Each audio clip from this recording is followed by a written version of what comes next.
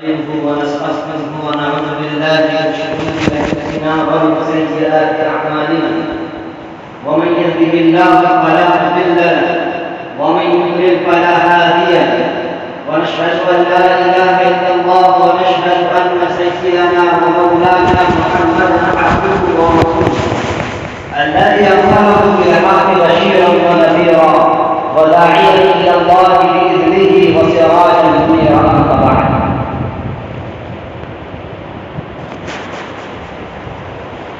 دارالعلوم حزب محمدی کے مایناز طلبہ لاک ڈاؤن کے بعد آپ کی آمد اس ادارے کے لیے خدمتی اور شرفتی کی ایک عظیم دلیل ہے. آپ کا نام مبارک ہو. سلام ہو ان لوگوں پر جن لوگوں نے گراؤنڈ کو ہموار کرنے کے لیے اور اس نشے و فراز وادی کو پار کرنے اور کرانے کے لیے ہم لوگوں کے اندر وہ جذبہ وہ ایمبیشن کھوجنے کی کوشش کی جس کا نتیجہ ہے کہ آج ہر طرف پھر سے قال اللہ و قال رسول کی صدا گونج رہی ہے. اگر ہم اللہ کے نبی محمد علیہ صلی اللہ علیہ وسلم کی مکی زندگی کا مطالعہ کریں تو ہمیں صاف نظر آتا ہے کہ اللہ کے نبی صلی اللہ علیہ وسلم نے اپنے 13 سالہ دور میں صحابہ کرام کو ان تمام مشکلات کو جھیلنے اور وہ تمام مسائل پر استقلال اور ثبات قدمی کی تعلیم فرمائی جو مسلسل ان پر ڈالے جا رہے ہیں. جبکہ حضرت خباب رضی اللہ عنہ یا حضرت عمار رضی اللہ عنہ جیسے صحابہ کرام پر مصیبتوں کے پہاڑ توڑے گئے اور ان لوگوں نے آواز شکوے کی اپنی پریشانیوں کا اظہار کیا. اللہ کے نبی صلی اللہ علیہ وسلم نے ان لوگوں کو ریئیکشن کرنے کی دعوت دی بلکہ صبر کرنے کی دعوت اور ان لوگوں سے کہا کہ اللہ تبارک و تعالیٰ کی ذات پر یقین کرو, اللہ تبارک و تعالیٰ پر توکل اور بھروسہ کرو, انشاءاللہ اس کی مدد ضرور ضرور آئے. پھر جب اللہ کے نبی صلی اللہ علیہ وسلم سرزمین مکہ سے مدینے کی طرف تشریف لے کر گئے, وہاں پر اللہ کے نبی صلی اللہ علیہ وسلم نے حکومت کا قیام فرمایا, اسلامی حکومت کو قائم فرمایا. کفار اور مشرکین اور مسلمانوں کے درمیان جو جنگ عظیم وقع ہوئی وہ تاریخ جانتی ہے کہ مسلمانوں کے صف اور ان کے ثبات قدمی کے نتیجے میں پروردگار نے غزوہ بدر میں, غزوہ حنین میں, غزوہ احزاب میں اور حدیبیہ کے موقع پر زبردست فتح نصیب فرمایا. یہ سب کے سب ان کے صبر کا نتیجہ تھا, ان کی ثبات قدمی کا نتیجہ تھا. آج ہندوستان کے حالات ایسے پرخطر ہیں کہ انسان کے روزے کھڑے ہو رہے ہیں. انسان پریشان ہے کہ جس ملک کو ہمارے آباد نے آزاد کیا تھا, جس ملک کی آزادی کی خاطر ہمارے آباد نے خون کی ندیاں بہائی تھی, آج اسی ملک سے ہمیں بدر کیا جا رہا ہے, اسی ملک میں ہمیں پریشان کیا جا رہا ہے, ہمارے آئینی مسائل میں مداخلت کی جا رہی ہے, ہمارے حقوق کو ضبط کیا جا رہا ہے. جبکہ یہاں کا جو سنویدھان ہے, یہاں کا جو دستور ہے, یہاں کا آئین ہے, وہ دنیا کا سب سے خوبصورت اور سب سے جامع اور مانع آئین ہے. جہاں پر ڈیموکریسی ہے, جہاں پر جمہوریت ہے, جہاں پر اظہار کی آزادی ہے کہ ہر ایک آرٹیکل 25 کے تحت اپنے اپنے مذہب میں آزاد ہے, جو جہاں چاہے جس طریقے سے چاہے عبادت کرے, جو دوارے میں جائیں, چرچ میں جائیں,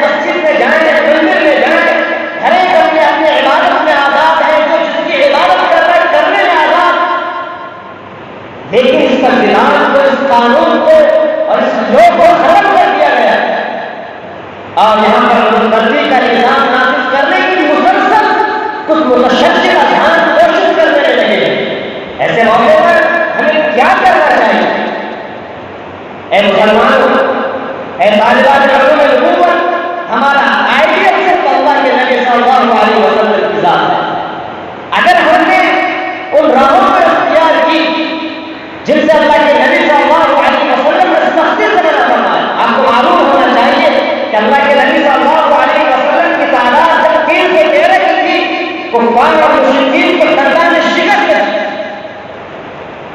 شکست کے بعد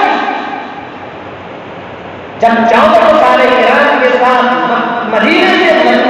مکہ تشریف لا رہے ہیں، جبکہ اللہ کے نبی صلی اللہ علیہ وسلم نے خواب میں بھی دیکھا کہ وہ عمرہ کر رہے ہیں، جب مکہ تشریف لے کر گئے راستے ہی انہیں خبر ملی کہ کفار کی جماعت راستے میں آئے ہیں، وہ نہیں چاہتے ہیں کہ مسلمان طواف کریں، یہ مسلمان مکہ تشریف لائیں اور یہاں پر مکہ کی زیارت کریں، اور اس موقع پر اللہ کے نبی صلی اللہ علیہ وسلم کی اونٹنی بیٹھ گئی، شاید یہ منشا کچھ اور تھا، اس وقت اللہ کے نبی صلی اللہ علیہ وسلم نے جملہ ارشاد فرمایا تھا، لوگوں نے کہا صحابہ کرام نے کہا کہ یہ اونٹنی مریم ہو گئی بیٹھ گئی، آخر کیا وجہ ہے؟ اللہ کے نبی صلی اللہ علیہ وسلم نے ارشاد فرمایا اس اونٹنی کو اسی ذات نے دکھایا جس ذات نے ابراہیم کے منہ کو ابراہیم کے ہاتھی کو دکھایا تھا۔ چنانچہ اللہ کے نبی صلی اللہ علیہ وسلم نے ارشاد فرمایا کہ آج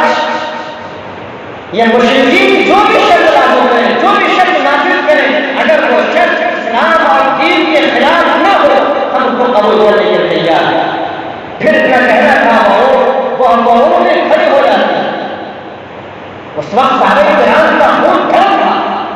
سارے کرام کے سامنے گزشتہ نتائج آیا تھے، وہ جانتے تھے کہ دین کے تیرے تعداد میں ہوتے ہوئے بھی ہم نے ان کفار کو شکست دی، آج ہماری تعداد 14 کی تعداد ہے، اور آج چاہے تو ہم ان مکے کے کفار اور مشرکین کا مطلب نہیں کر سکتے۔ ان لوگوں نے اجازت بھی طلب کی، ان لوگوں نے کہا کہ بار بار اصرار بھی کیا، لیکن اللہ کے نبی صلی اللہ علیہ وسلم نے خودتا جس شخص پر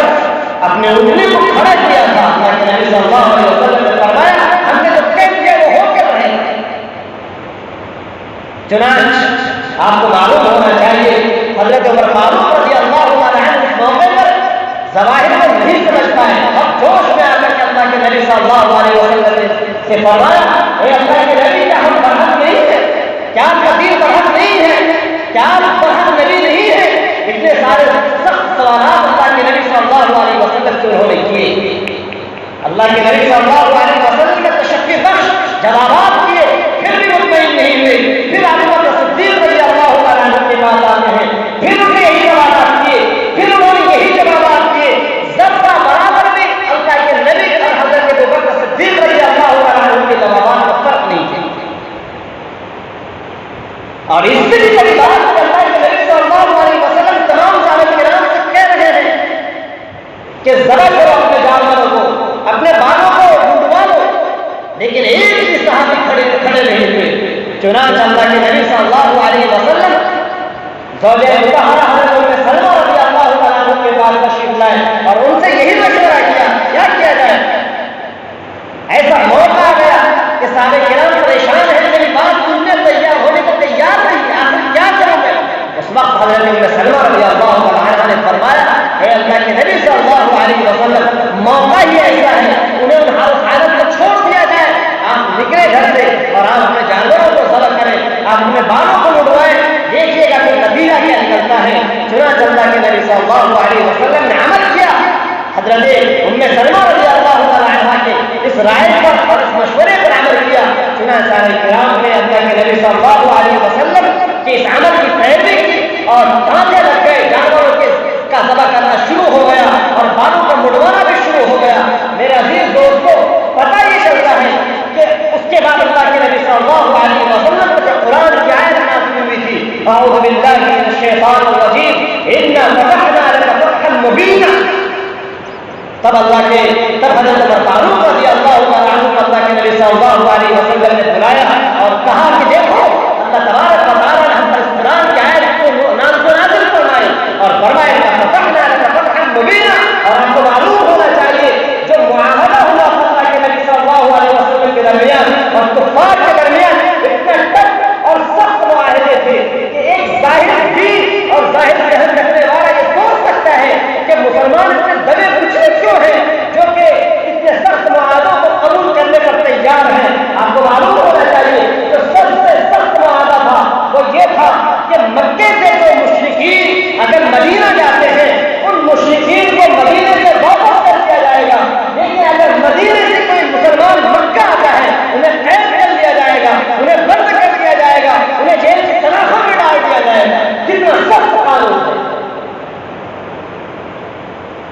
لیکن اللہ کے نبی صلی اللہ علیہ وسلم مستقبل کو دیکھ رہے ہیں،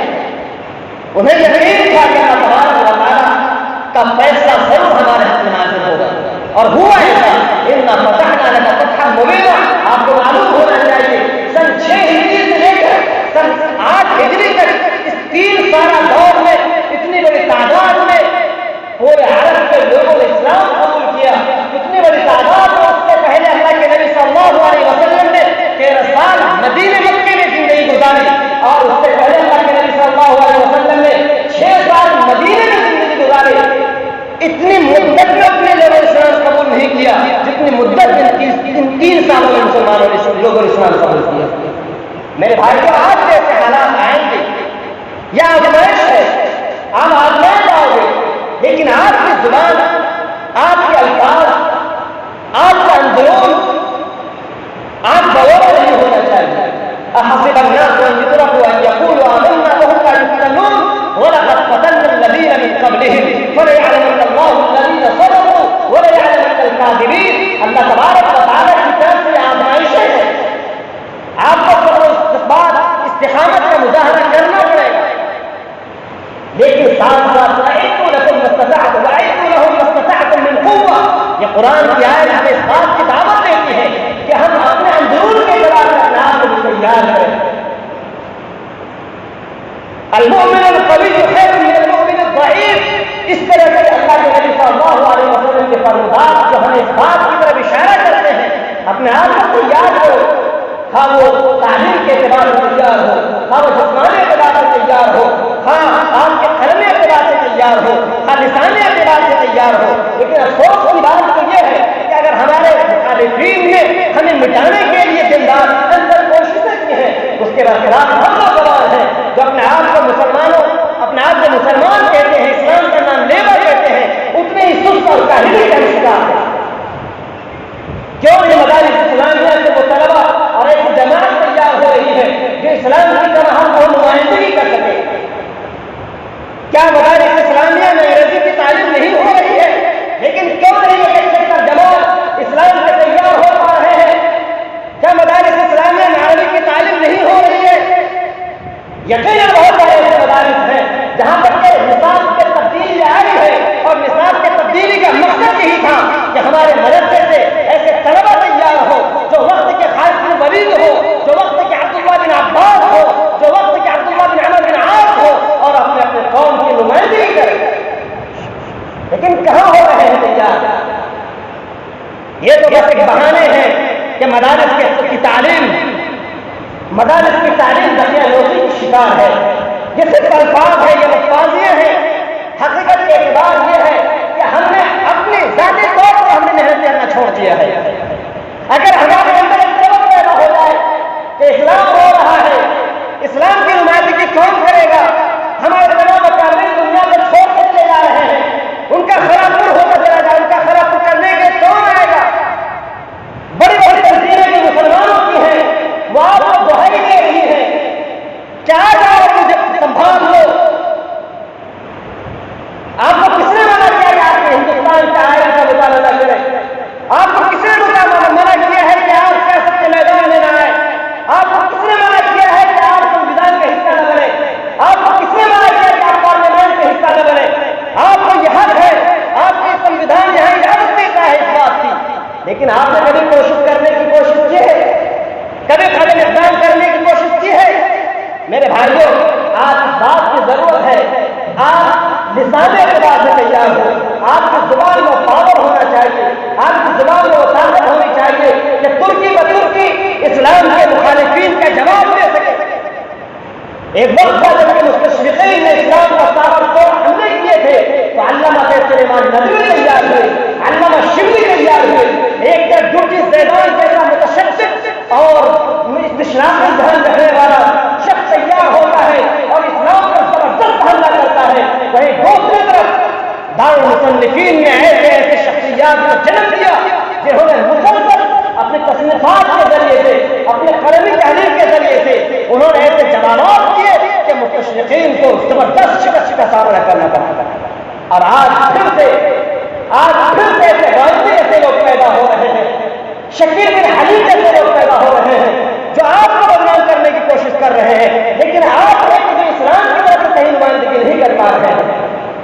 تو ایک وقت آئے گا کہ پھر سے یہ دہریہ اور یہ الحاق کا زمانہ آئے گا جبکہ ہم اپنے بچوں کو خود مطمئن نہیں کر پائیں گے، اپنی نوجوان نسل کو مطمئن نہیں کر پائیں گے۔ لہذا آج میرے عزیز دوستو، آج سب سے زیادہ ضرورت اس بات کی ہے ہم مایوسیت کے پردے کو چاک کریں۔ عقاب روح جب بیدار ہوتی ہے جوانوں میں، نظر آتی ہے اس کو اپنی منزل آسمانوں میں، نہیں دے رہا نشے میں فصل سلطانے کی گنبد پر تو شاہی ہے بسیرا کر پہاڑوں کی چٹانوں میں۔ آپ کا مقام اور آپ کی منزل نہیں ہے کہ آپ کسی بھی بادشاہ کے قصر کو اپنا ٹھکانہ اور نشے مند بناؤ، بلکہ آپ کا نشے مند تو آسمان پر ہے، آپ کا نشے مند تو پہاڑوں کی چٹانوں پر ہے۔ آپ کو خواب ہو، علامہ اقبال رحمۃ اللہ علیہ کی زبان میں، آپ ستاروں سے آگے جہاں اور بھی ہے، ابھی عشق کے امتحان اور بھی ہے، کہیں زندگی سے نہیں یہ فضائیں، جہاں سے کروں کارواں اور بھی ہے۔ اگر کھو گیا ایک نشے من تو کیا غم، اگر کھو گیا ایک نشے من تو کیا غم، مقامات آہو خوبا اور بھی ہے۔ آپ بڑھتے چلے جاؤ، آپ بڑھتے چلے جاؤ، اور پہاڑوں کی چٹانوں کو اور پہاڑوں کی چٹانوں کے سینوں کو چرچ کرتے ہوئے نکلتے چلے جاؤ۔ انشاءاللہ منزل آپ کا استقبال کرے گی، کامیابی اور کامرانی آپ کا استقبال کرے گی۔ اللہ تبارک و تعالی ہمیں عمل کرنے کی توفیق عطا فرمائے۔